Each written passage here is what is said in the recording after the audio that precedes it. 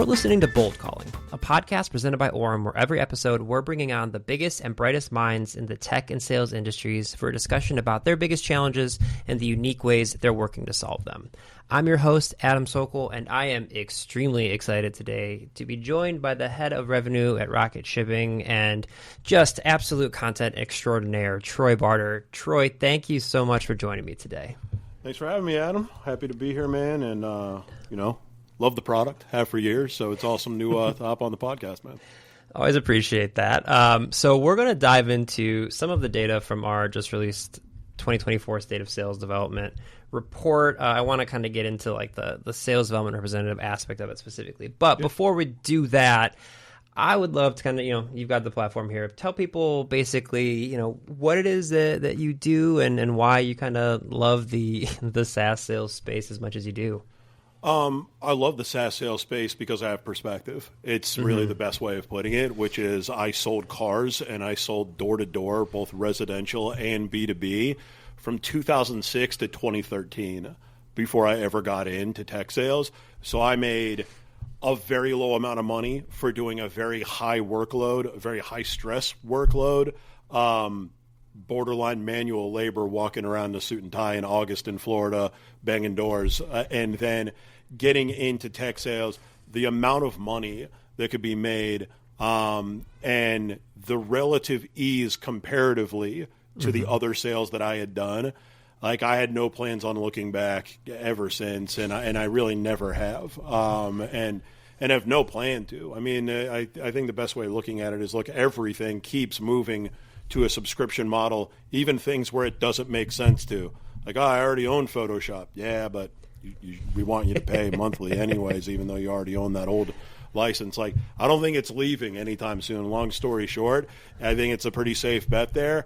And I think, and you kind of alluded to it a bit with the report that you guys have, a lot of the things that have worked over the past 10 years for me are continuing to work. There hasn't been massive pivots that people kind of pretend that are necessary a lot of the time. There's minor ones, but they're not really as massive, I think, as people make them out to be, which makes it where you can really dig in and get very good at it.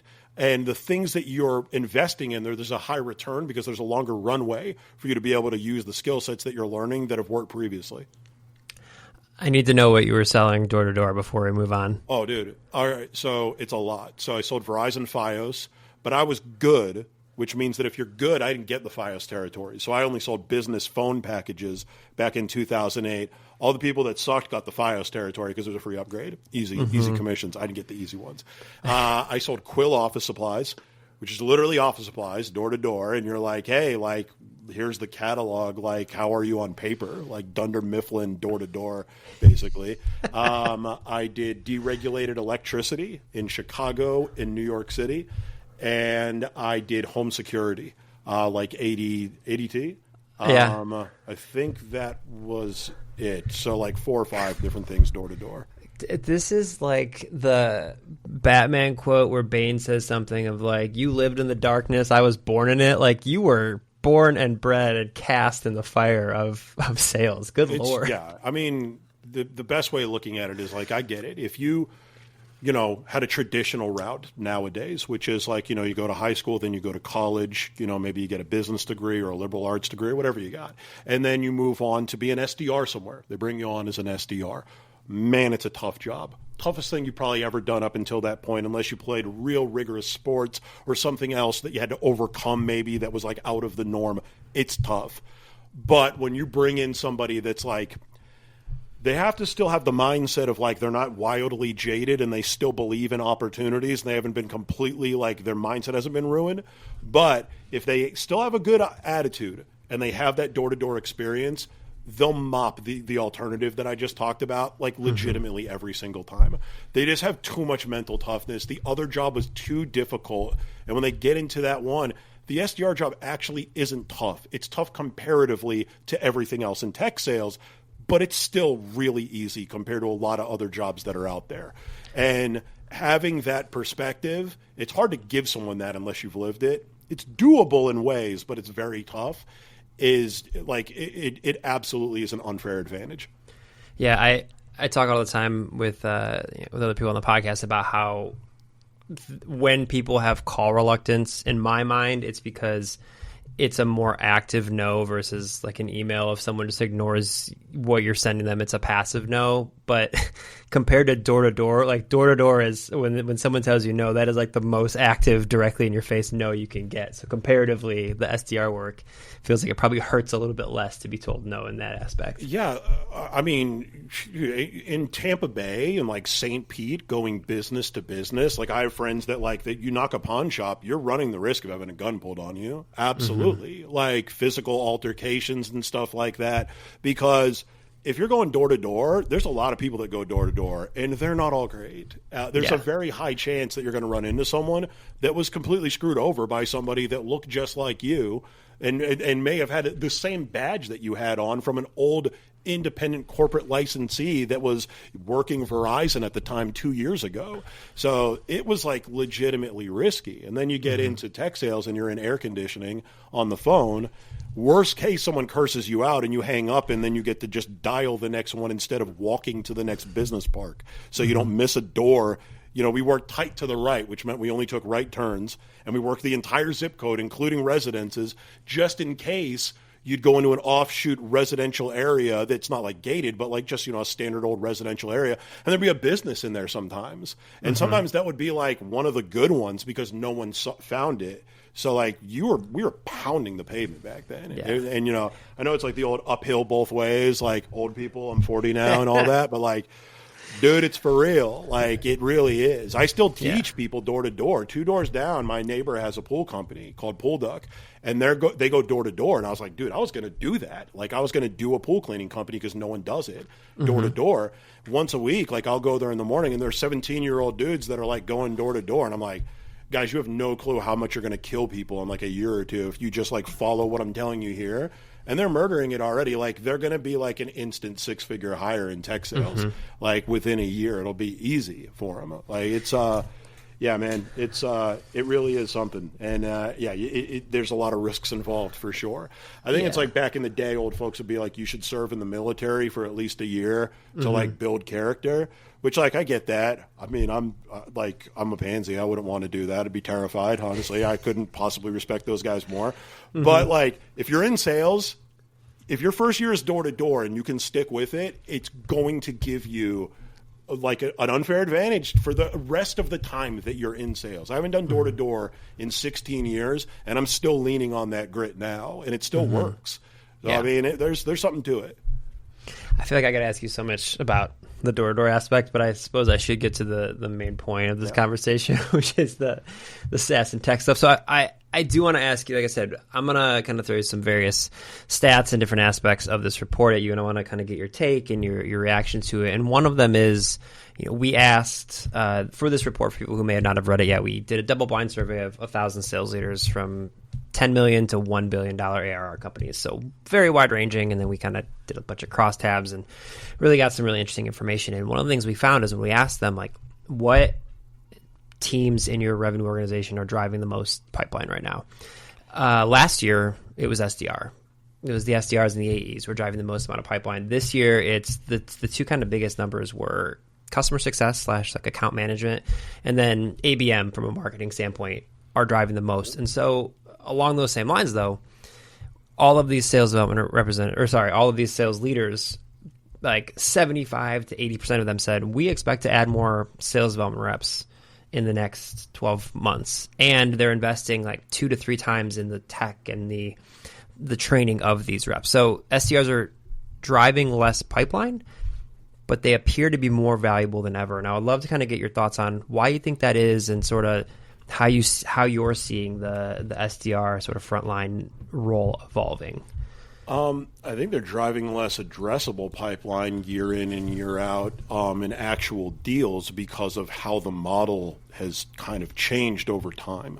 So when I started in 2013 as an SDR, I rolled up to the director of sales the same way the AEs rolled up to the director of sales. That director of sales had one goal, which was to bring in revenue for the company by any means necessary, as long as it was done, you know, obviously with, you know, morals intact, as you went in with integrity. But over time, that changed even there. You know, you work at a startup I was there for 6 years. Verizon acquired them. It felt like I worked at 9 different jobs in different companies. It was all the same place. Even the place changed. You know, we moved offices like 3 or 4 different times to nicer spots as we got acquired and got more funding and went public and things got better and everything like that. But it moved from SDRs. And as an SDR back then, by the way, I got paid when the deal closed. I didn't get paid when the AE accepted the pipeline.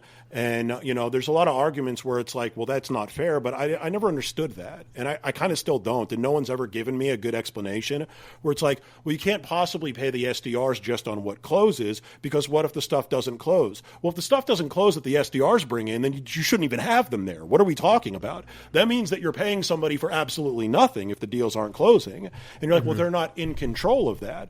Well, that's understandable. But if your SDRs aren't setting up pipeline that is closing, your model's broken. You either have a product that doesn't work, you have a sales process that doesn't work, there's something that's broken there. But the way that they tried to fix that is by saying, well, we can't expect the SDRs to get paid that way.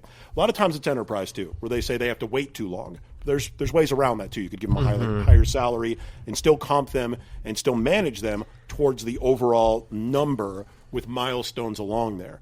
But what happened was SDRs became like their own thing, and they have an SDR manager, and the SDR manager nowadays like rarely answers to the person that manages the AEs a lot of the time. So they're not working in tandem. That SDR manager, the way that they typically get compensated is by hitting their target amount of AE accepted pipeline, and the SDRs are paid the same way. So they don't actually have any financial reason to care whether or not the deal closes. And that leads to this contentious relationship between the SDRs and the AEs. Oh, my AE won't accept the pipeline that I just put up that has no notes and is with the janitor's sister's cousin, because I have one sit away from my target. Could you pretty please accept it for me?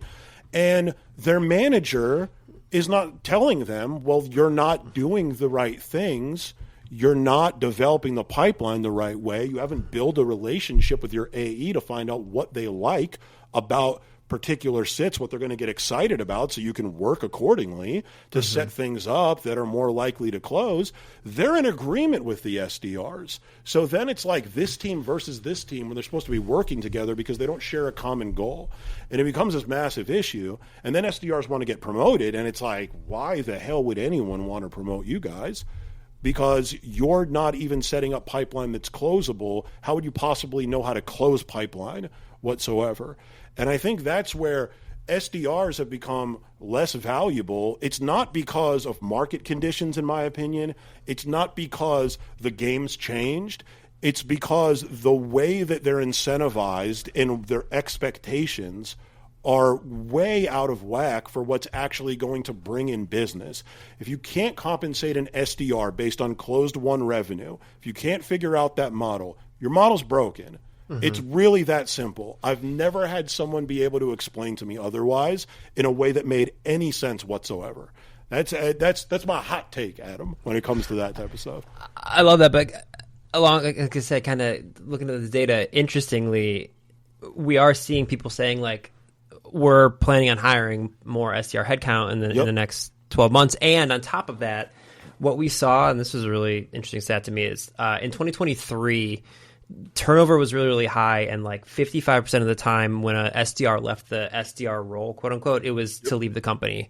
This year, what we're seeing so far is like 80% of SDRs who leave their SDR role, it is for a different role in the company. So they're staying there. Like they're kind of keeping that organizational knowledge internally. So like, are you seeing in your conversations, in your experience, in your leadership, like, are you seeing SDRs are sort of like being viewed differently as like their job is changing? Or I guess like, how do you see the role? Because to me, like at first glance, I was like, this makes no sense. They're driving this pipeline, but they're more valuable. Like what to you, what is it? What does that all say?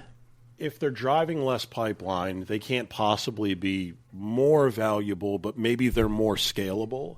In other words, the other efforts that drive the pipeline. Like, for example, at Rocket Shipping, I can tell you what drives the most pipeline, and it's insane. We're probably one of the only companies that it really is this way. Our CEO drives the most pipeline. He's Gabe Panganin is an absolute monster salesperson, and he knows the product better than anybody there by a mile.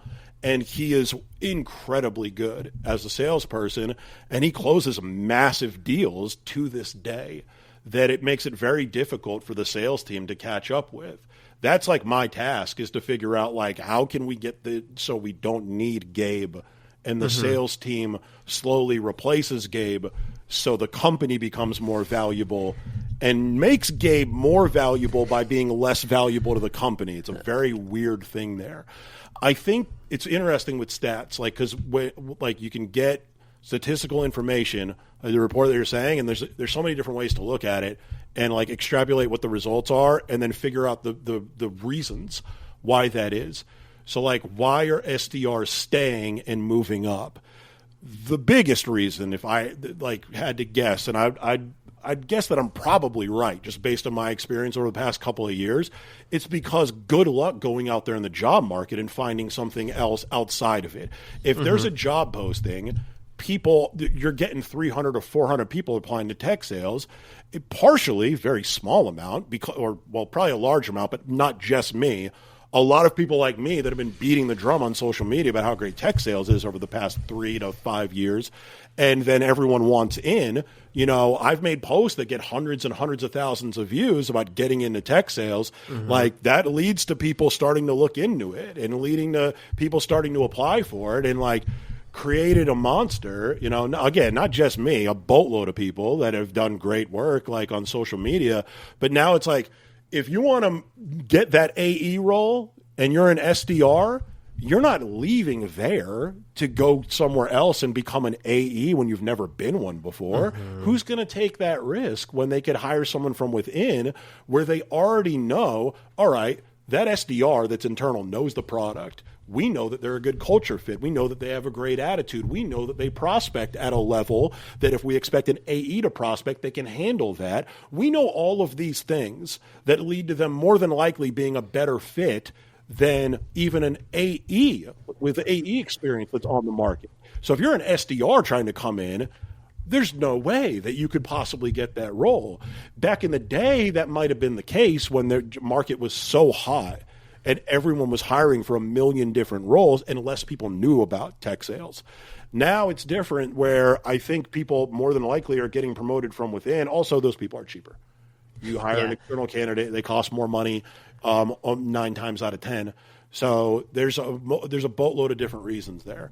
I think, like, is the SDR role more valuable because people need to hire more of them?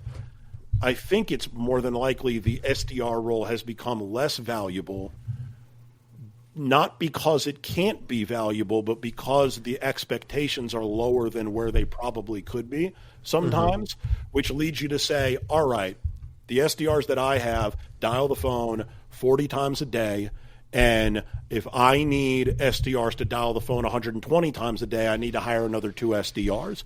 Whereas back in the day, it was no, dial the phone 120 times in a day and we're good, which is, not to, say a commercial, like we just closed. I don't know if you know, Adam, like we bought Orem like yesterday for us, which like we expect to be able to not have to hire that many more SDRs because we have a solid piece of tech that will enable us to dial the phone way more than we are without a boatload of stress in doing it. And that's a reality. That's not a forced ad or anything like that, but it's true. There's a lot more software out there that you can leverage. It's kind of wild that people can't, like, they're like, if an SDR is an orange and the juice is what you can get out of them, they're barely squeezing it, man. Like there's more that they can get out of the SDRs that they have. And I think they're worried about burnout, but I can tell you from experience, 100 manual dials in a day won't burn you out if you're in a good environment. It ain't as many as you think it is. It takes a few hours out of your day. We all work an 8-hour day, supposedly, right? I don't know, man. Let the record show, I connected with Troy to do this podcast episode because I love his content. I did not know you guys were getting Orem. I'm glad that you have it. Also, this is one of those moments where I kind of just want to ask you small questions and get out of your way because I'm loving these rants. These are fantastic. Gift and curse, dude. I talk about Listen, I totally get it. I want to ask you a little bit more about SDRs and AEs. One of the things we saw here in the report is about 40% of organizations have, for every one SDR, they have about 5 AEs. So basically, like an SDR is responsible for building pipeline for that many AEs. Yeah, it's really your facial reaction there, yeah, which it's like was the ridiculous. opposite of how it used to be. Yeah, and actually only 3% of respondents said they had more SDRs than AEs. So I'm just curious your thoughts on what that how you would build out that relationship. I will never change my opinion on that. That is a stupid way to run business. And I can tell you why. What they're doing there is like, well, we have one dedicated SDR, we have 5 AEs. Well, why is that? Well, I mean, let's call a spade a spade. This is what that actually is, right? We decided to have one person that costs less money develop pipeline for 5 people that cost more money. And to make up for that, we're going to have the 5 people that cost more money do the job of people that cost less money to do it. That makes no sense at all for like 15 different reasons. But the largest one out of everything, right? I'm a big sports fan. I'm a big New England sports fan. Was blessed to also be, halfway from Tampa. So I saw Brady's whole career for both of my favorite teams, right? You don't bring Brady in to block, right? You bring Brady in to throw touchdowns. You don't bring Steph Curry in because of how amazing he is as a shot blocker and defensive rebounder. You bring him in to shoot threes. You bring your AEs in to have the highest closing percentage physically possible. That's their number one job, to get the largest deals in the fastest, the most often with what you give them. When you tell them, when you have 5 AEs to 1 SDR, and you say, well, you guys are going to have to prospect, what it tells me is you have those people have no clue what it actually takes to build a full pipeline. And if you're expecting someone to build pretty much all of their own pipeline and learn and sharpen the axe and get as good as you can as an AE and follow up with those deals and update the CRM and probably manage that SDR for that manager as well, number one, what the heck's the manager doing? Probably nothing. Like, that's the first cost center that you could get rid of right off the bat. But like, you're wasting money and you're unraveling what makes that model work, which is specialization. SDRs, you've got one job: develop real pipeline that can be closed for your AE. AEs, you've got one job. There's 3 things that I want my AEs to do, and none of them are prospect, for the record, right? And with our model currently, they prospect because they're full cycle AEs. We don't have SDRs right now, but as we scale, I don't like my AEs to dial the phone at all, because what I want them to do is close business. If they're not in a meeting and working to close business, they need to be doing one of 2 things: following up with what's out there, or working on ways to get better as an account executive, whether it be courses, whether it be learning from the other AEs that are there, whether it be brushing up on product knowledge. Those things will forever get you more as that closing percentage raises than what you'll get out of them spending half of their day developing pipeline, because you can't develop a full pipeline in half a day. So it's, to me, it's another thing where I don't understand it. No one's ever explained it to me. I've never seen a financial model where it's like, well, here's why we would want to have 5 people that cost way more money and 1 person that costs less. And also, when you're promoting from within, you've got one choice now to promote from within. And those AEs that are building that pipeline, I guarantee they don't all have the same closing percentage. So, take the bottom 2 and make them SDRs. What are we talking about? You immediately get higher closing percentage. Those AEs now get to build momentum because they have more deals that they're presenting to every day. The best AEs have constant pipeline, constant people that they're talking to. It builds up natural indifference. It builds a flow. There's a million different things that does. Raises your closing percentage, raises your pipeline, and you save money. I don't know where that would possibly be a negative. So it's really interesting. Who knows? Maybe the smartest people in the room are smarter than me, and I just haven't gotten explained properly. But I've never seen where that makes sense, yet it seems like that's what everyone's doing. So I want to ask you about, because you mentioned like SDR they should be doing one thing, they should be building pipeline. How do you look at career pathing if you are hiring from within? Like, how do you approach, like, okay, I'm looking at my SDRs and they're absolutely crushing it at this one thing, at this building pipeline, but now I do want them to take another step, and whether that is becoming an AE or, customer success, whatever they end up going to. Like, how do you look at career pathing for SDRs? I know you mentioned you don't have SDRs at the moment at your current organization. For sure. Yeah, both at Panadoc and at Verizon Connect / Fleetmatics, we had the very traditional model when it came to that. First off, it comes down to what they actually want and why they want it and figuring that out, right? I want to be an AE. Well, why? I want to be a team lead. Why is that? What's your North Star? Do you want to be a team lead forever? Do you want to, oh, no, I want to move to VP of sales. All right, well, you may want to be an AE first. There's ways around it, but having closed business is definitely a big help when you're eventually going to need to manage people that are closing business. There's a way around it, but I think what's made me do well both on social media and as a manager at pretty much every place I've ever worked at is people can tell pretty quickly that I've really done the shit. They can tell that I'm the real deal. They can tell that I've really closed business. I've really cold called. It's not a joke. It's not a facade. It's obvious that I've had that experience. And if you don't have it, you're not going to get the same level of respect from reps. You're just not going to. And you're also not as much of an asset to them, because how are you going to close the business better than them when you've never done it before? So that doesn't mean that it's impossible. Some people, they love building pipeline, but they want to pay it forward.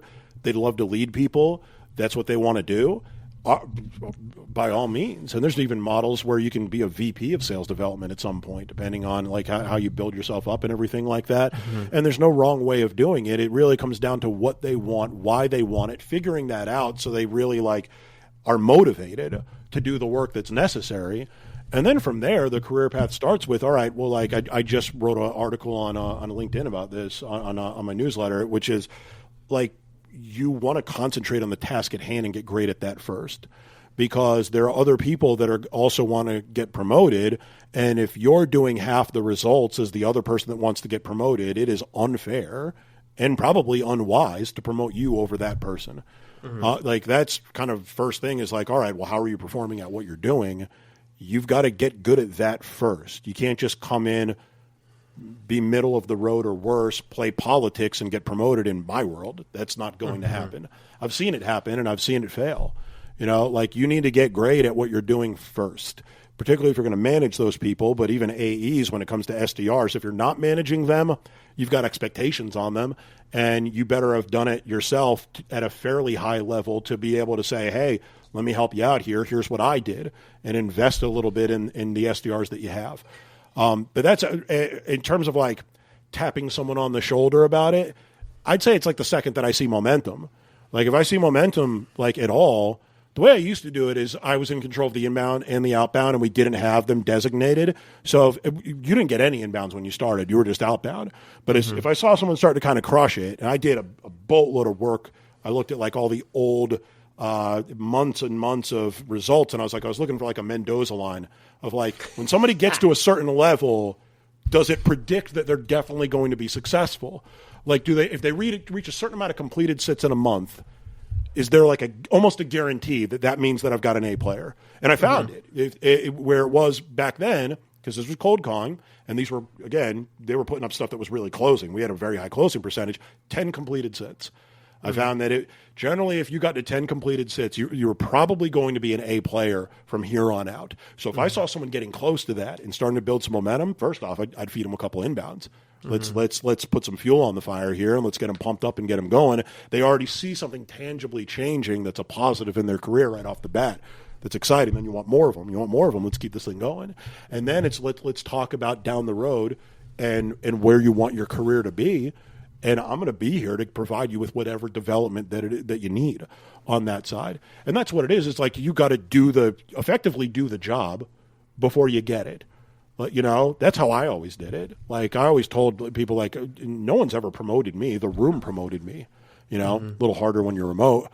But like anywhere else, it was like everyone knew when there was a promotion available, it was a foregone conclusion that it was going to be me because I already did the job, basically. I did it all. Like, so like any chance that I could get in front of the room, I was getting in front of the room. I was looking up stuff and trying to find extra value adds that I could give to my manager ahead of time. Hey, do you think that we should try this? I'm willing to do it. I'll meet with the guys early before we start. I'll meet with the guys at lunch. Hey, can we take a half hour and do this? I was being proactive, long story short, on making sure that everyone knew, yeah, I'm not just going to say, I want this. When are you going to give it to me? And be like, no, I'm going to do whatever I can to prove to you, beyond the shadow of a doubt, that I'm the right man for the job ahead of time. And when that comes to being an AE, I always say this to SDRs, and it's good advice, is if you're crushing it and they won't promote you, right? You're at 120% to target every month. Go to your boss and say, hey, I get it. You can't move me up yet, right? I'm probably producing so much pipeline that you can't afford to move me out of the role that I'm in, but I am over target every month. Could we do this? I'll do the exact same role that I'm doing. Once I get to 100% of target, a certain size deal, we'll come to an agreement on it. It has to be smaller than a certain size. So, I'm not handling large deals, but half of everything else that I put up, I'd like to be the full cycle rep on so I can get some reps in. Because I've been working over the past 3 months, being proactive about learning everything. I've been working with the AEs. I've been doing all of the trainings that we have available. And I feel like I'm ready. What I'd like to do is prove it to you, but not prove it to you that are things within my target. I want to do it once I'm outside of my target, and I don't even want all of it. I want 50%, and I want it under a certain amount to make sure that I'm not causing any issues with pipeline, and I still produce for the team here. And one or two things are going to happen there. They're going to say, yes, go for it, and you're going to get promoted really quick if you're good, because managers can't help themselves. So if you're the new shiny toy and you're whipping ass, they're going to promote you. I've seen it happen a million times. As soon as they're like, oh, God, this guy's doing way better. Let's bring him up. Like, let's move him up quickly and faster.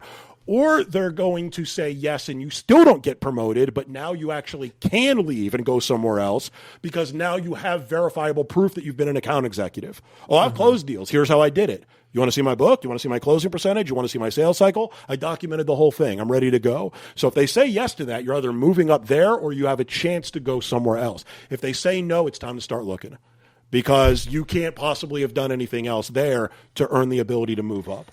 So I know that was a lot, but that's the best advice I can give to SDRs. No, Troy, I'm not in sales. I'm in marketing, but I'm ready to run through a wall for you right now. Good Lord. You should have been a football coach instead of, not saying you're not crushing what you're doing, but Jesus, this is great. Appreciate you. I got one last question for you. We look at these reports as a way to like understand what's coming and what we've really seen is, and it's fortunate for the platform that we have here. We empower people to get into more conversations, and it really does look like ultimately the more things change, the more they stay the same. Like the more conversations you can have, the better opportunity you have to get good at it and to build pipeline, et cetera, et cetera, et cetera. But I want to hear from you as like the kind of a takeaway here. Last question: do you see sales development changing dramatically in the next 6, 12, 18 months, or do you really think it is going to be like, put your nose to the grindstone, pick up the phone and start having more conversations? That's how you get good. I think it'll change if the SDRs don't change. I do. I think that it'll turn into basically AI. Like the SDRs are realizing that like the low-hanging fruit is in automated email, automated DMs, and there's ways of automating it where it's not personalized. Like, oh, hey, I saw that you went to this high school. It's personalized to their problems based on the industry that they're in, which is good personalization, in my opinion. And they're like, oh, we can just leverage this. The issue is that everyone's doing that. The other issue is that if you're an SDR and you're doing that, then no one needs you because if you're not manually doing something in the role, you're basically pushing your replacement to the manager ahead of time. Look at all the stuff that I figured out. All right, cool. Now that you figured it out, we don't really need you anymore. You can't say, you could say, look at all the stuff I figured out on this cold call that I can do. All right, well, you need me to do the next call, So I think that if SDRs don't realize that the biggest value that they have, and I've been saying this for a few years now, they're going to get replaced for sure. There's going to be less SDRs, which means that there's going to be less AEs, really, more than likely, and there's going to be less opportunity in tech sales, and you're going to get back to where sales is going to be a lot of tough in-person stuff that I used to do, and a lot less of this cushy remote stuff that we're enjoying right now. You know, I'm literally sweating right now because I just ran before I did this, right? And hopped in the shower quick and was like, all right, let's go. Couldn't do that a few years back. Like but that's a privilege, and that means that you need to put the work in as well. So what are the things that make you valuable as a human being? Double down on those things. All right. The other things that you figured out are great. Those are there to augment you and make you better on top of the workload that you're doing every day. If you use it to completely rip and replace what makes you unique and special as a human salesperson, there will no longer be human SDRs. They won't exist. So, number one, if you're listening to this and you're an SDR, please take my advice. It's not going to make me any more or less money. It's only going to affect you at the end of the day. I already moved up. I already don't need to be an SDR anymore. All right. But if you want to, and you want people to continue to enjoy what you're enjoying right now, you've got to be able to put the work in, or you're going to be replaced. It really is that simple. It's unfortunate, but it's true, you know, and that's why people that have a really, really solid, consistent work ethic, they're crushing the standard SDR nowadays. And it's not because they're even special. It's because they're special now. Back in the day, that was more people that were doing that, which is why the SDR position was more valuable. The market hasn't changed as much as people think. The people's outlook and their willingness to put the work in has absolutely changed based on the tools that have become available to them. Y'all, if you're not ready to pick up the phone and start ripping dials after all that, I don't know what to tell you. This was freaking fantastic. Troy, thank you so much for joining me today, man. My pleasure, man.